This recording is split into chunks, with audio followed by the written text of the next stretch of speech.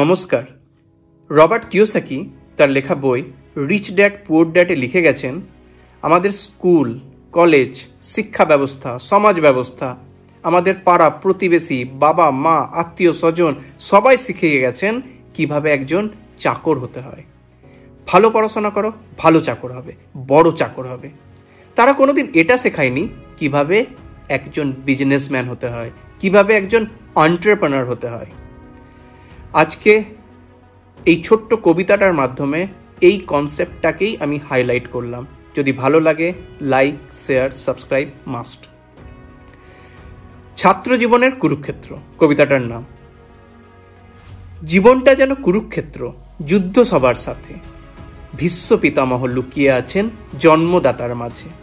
গুরুদ্রোণ আছেন যেন জ্ঞানের ডালি সাজিয়ে। হস্তিনাপুরে সবাই আছেন উপদেষ্টা বিষয়ে। নিজের নিজের মত চাপিয়ে দেওয়াই রোগ।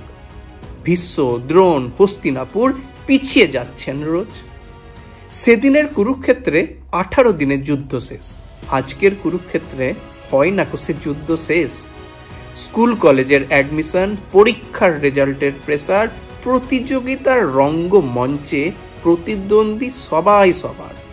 লক্ষ্য একটাই, বক্তব্যও একটাই, অর্জুন কিভাবে চাকর হবে।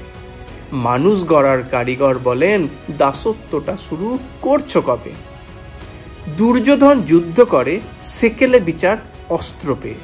অমর সে হবেই হবে গুরুদ্রোণের সঙ্গ পেলে। দৃঢ় মেরুদণ্ডে স্থির চিত্তে লক্ষ্য ভেদে অর্জুন। নিপাত চাক সেকেলে বিচার, নিপাত চাক দুর্যোধন। নমস্কার। ভালো লাগলে লাইক, শেয়ার, সাবস্ক্রাইব মাস্ট।